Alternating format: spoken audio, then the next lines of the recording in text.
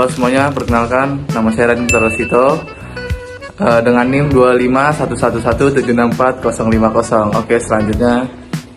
Halo semuanya, perkenalkan nama saya Farel Kanatolba, biasa dipanggil Farel.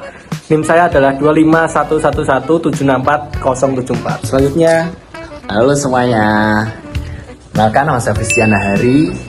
NIM saya 25111764046. Saya biasa dipanggil Tian. Halo semuanya, kenalin aku Intan Maya Putri. Aku dengan NIM 25117640078. Aku biasa dipanggil Intan. Terakhir?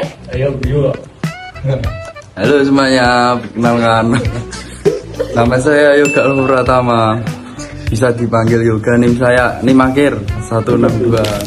Mas, ya kan anak hukum nih ya, Prolintel hukum. Betul. Kita kan udah belajar lebih dari berapa ya? 1 bulan lebih lah ya. Lebih. 2 bulan ada nggak sih? Ini 2 bulan ya? Nah, itu udah kayak sementara sudah menguasai tentang materi yang dikasih apa belum sih? Dikit lah, itu udah lah. Kita kan pastinya basic kan udah apa ya, udah paham ya. Nah, kalau menurut Mas Radin sendiri tuh hukum tuh secara umum tuh apa sih Mas?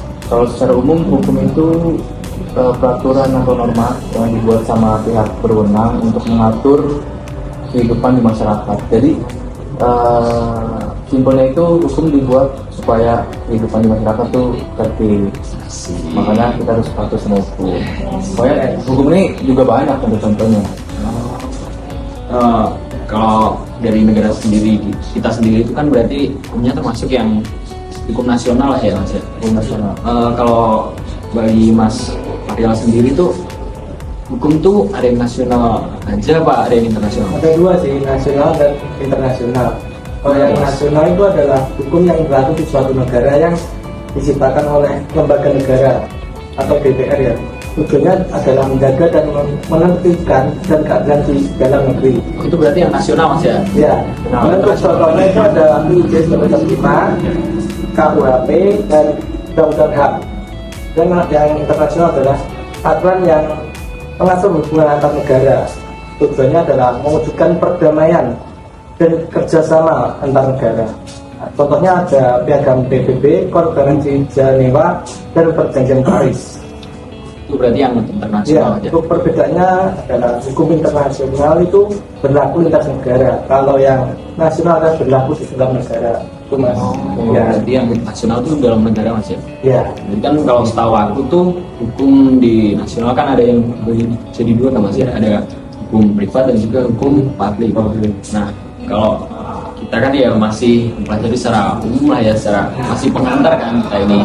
Sendiri mau bicara tentang hukum privat itu kan setahu aku kan ada beberapa lah ya, kayak contohnya kayak hukum perdata, terus itu yang bisnis kayak di legal law, kerjanya ada di legal corp. Lalu kalau hukum publik sendiri sih aku tahu kayak ya hukum pidana lah, intinya yang mencakup Yang banyak mencakup publik ya. banyak. Jadi kalau aku sendiri sih lebih mempelajarinya ke hukum publik itu sendiri sih, kayak hukum tadi apa, hukum pidana, terus yang pertama privat Mas. Nah, intinya yang aku tahu sih ada bagi menjadi dua itulah ya. Jadi yang kayak ada campur tangan dari negara itu masuknya ke pidana. Pidana. Sebenarnya sih kalau yang aku tangkap sih kalau dari negara itu sendiri ya mengatur itu semua antara publik dan juga privat itu sendiri, tapi bergantung pada case apa atau kasus apa yang relevan dengan UUD yang pantas lah ibaratnya buat masuk ke UUD privat, maaf ke hukum privat maupun ke hukum publik itu. Nah, kalau Mbak Intan sendiri yang tangkap selama ini tuh? Jadi aku menangkap pada hukum menurut waktu. Jadi hukum menurut waktu itu dibagi jadi dua. Ada hukum positif atau hukum yang berlaku saat ini, sama hukum yang akan berlaku atau hukum yang lagi dicita-citakan. Nah, hukum positif itu hukum yang berlaku saat ini, dan hukum itu udah disahkan dan juga dilakukan oleh masyarakat.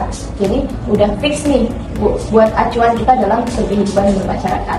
Nah, kalau hukum yang akan dicita-citakan itu bentuknya itu masih rancangan, jadi belum disahkan dan dilakukan oleh masyarakat. berarti yang berdasarkan waktu itu kayak rancangan sama yang udah disahkan. Iya, jadi bentuknya kalau yang positif itu undang-undang, nah, kalau yang akan direncanakan itu yang rancangan. Masih biasanya kalau ada rame-rame demo itu berarti masih di Iya, masih rancangan, belum disahkan. Ini tinggal Mas Yoga nih yang belum nih.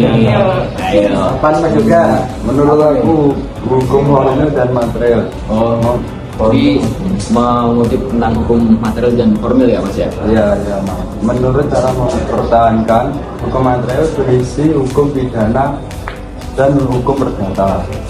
Berisi persyaratan, larangan dan sanksi. Berarti kalau hukum yang material itu berarti bentuknya ya, bentuk Iya, hukumnya bentuk itu ya? hukumnya. Kalau hukum formil berisi hukum acara pidana dan hukum acara perdata. Berisi prosedur proses sidang. Jadi kalau materi itu hukumnya, kalau formil itu caranya ya, Iya. cara menjalankan hukumnya. Ya, Kita kan udah nangkep lah materi tentang apa ya, materi yang dijelaskan oleh dosen kita Pak Adit. Nah kalau bagi kalian sendiri matkul PIH ini sendiri gimana sih?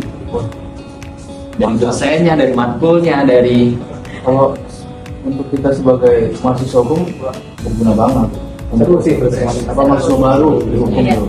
mantep mantep mantep ya. Ya, Nah, menurut aku tuh apa ya, PIH tuh